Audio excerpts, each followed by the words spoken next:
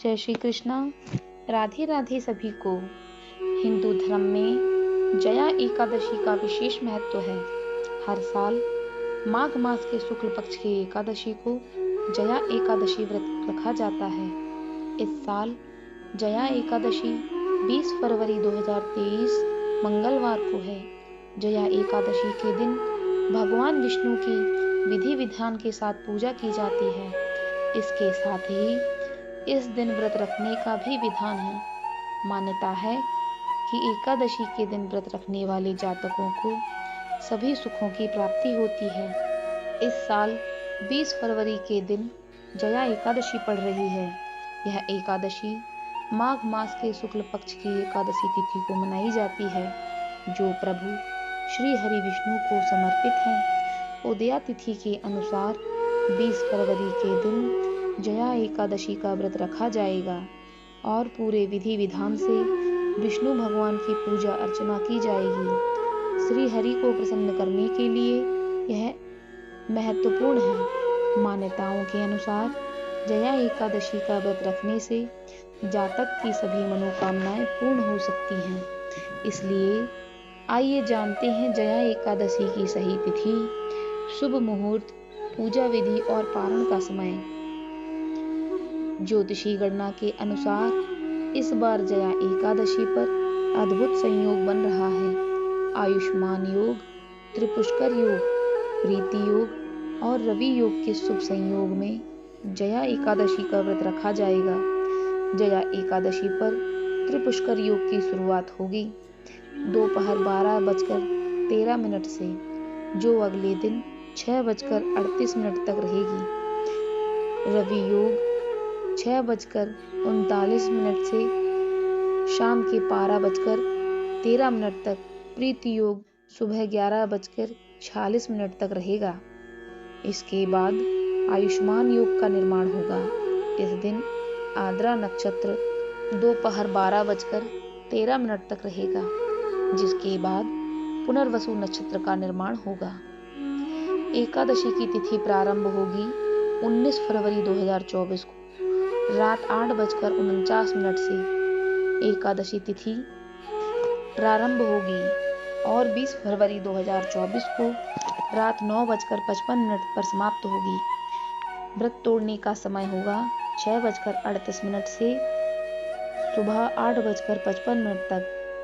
पारण तिथि के दिन द्वादशी समाप्त होने का समय है 11:27।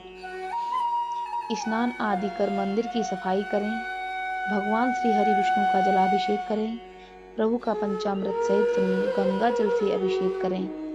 अब प्रभु को पीला चंदन और पीले पुष्प अर्पित करें। मंदिर में घी का दीपक प्रज्वलित करें। संभव हो तो व्रत रखें और व्रत लेने का संकल्प करें।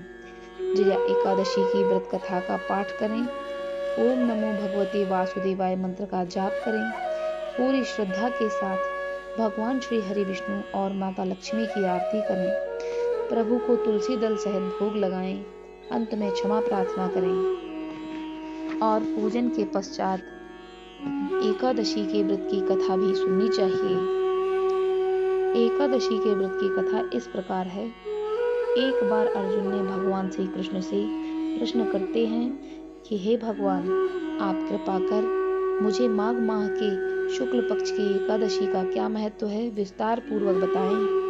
माघ शुक्ल पक्ष की एकादशी में किस देवता की पूजा करनी चाहिए तथा इस एकादशी की कथा क्या है, उसके करने से किस फल की प्राप्ति होती है, शीघ्र ही बताएं।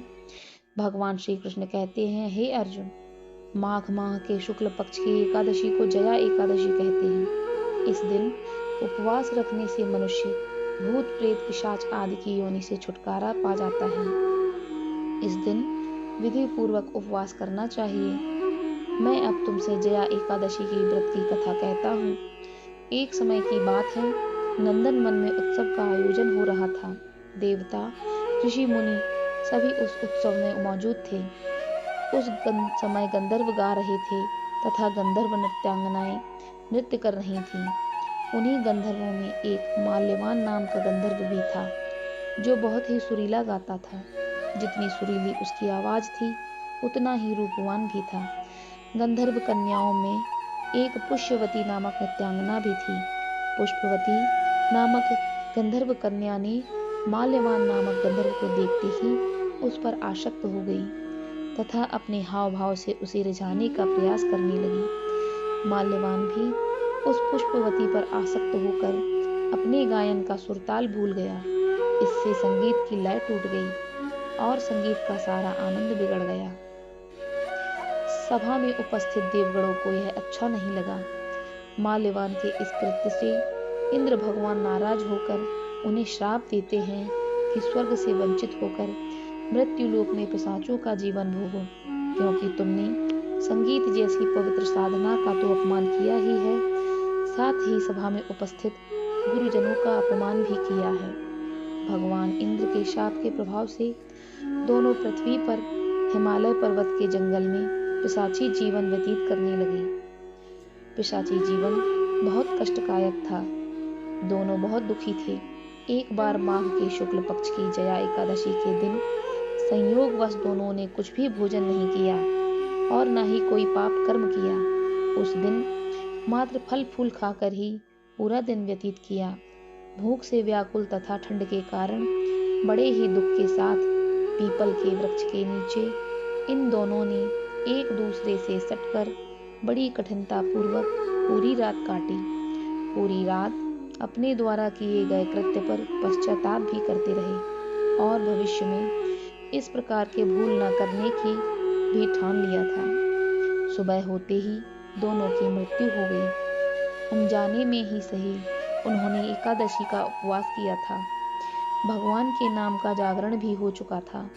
परिणाम स्वरूप प्रभु की कृपा से इनकी पिशाच योनि से मुक्ति हो गई और पुनः अपनी अत्यंत सुंदर अप्सरा और गंधर्व की देह धारण करके तथा सुंदर वस्त्रों तथा आभूषणों से अलंकृत होकर दोनों स्वर्गलोक को चले। देवराज इंद्र उन्हें स्वर्ग में देखकर आश्चर्यचकित हुए और पूछा कि वे श्राप से मुक्त कैसे हुए। तब उन्होंने बताया कि भगवान विष्णु की उन पर कृपा हुई। हमसे अनजाने में माघ शुक्ल एकादशी जया एकादशी का उपवास हो गया, जिसके प्रताप से भगवान विष्णु ने हमें पिशाची जीवन से मुक्त किया। कुछ इस तरह से जया एकादशी का व्रत करने से भक्त को पूर्व में किए गए पाप कर्मों से मुक्ति मिलती है। कथा सुनने के पश्चात भगवान को गुड़ और चने की दाल का भोग लगाएं। जया एकादशी के दिन भगवान विष्णु का आशीर्वाद पाने के लिए विष्णु चालीसा का पाठ भी करें। जया एकादशी के दिन गजेंद्र मोक्ष का पाठ भी अति उत्तम माना जाता है तथा चलते फिरते हुए ओम नमो भगवते वासुदेवाय द्वादशाक्षर मंत्र का जाप भी करते रहना चाहिए। तो बंधुओं, आज के इस वीडियो में जया एकादशी से संबंधित संपूर्ण जानकारी हम आपके लिए लेकर आए थे।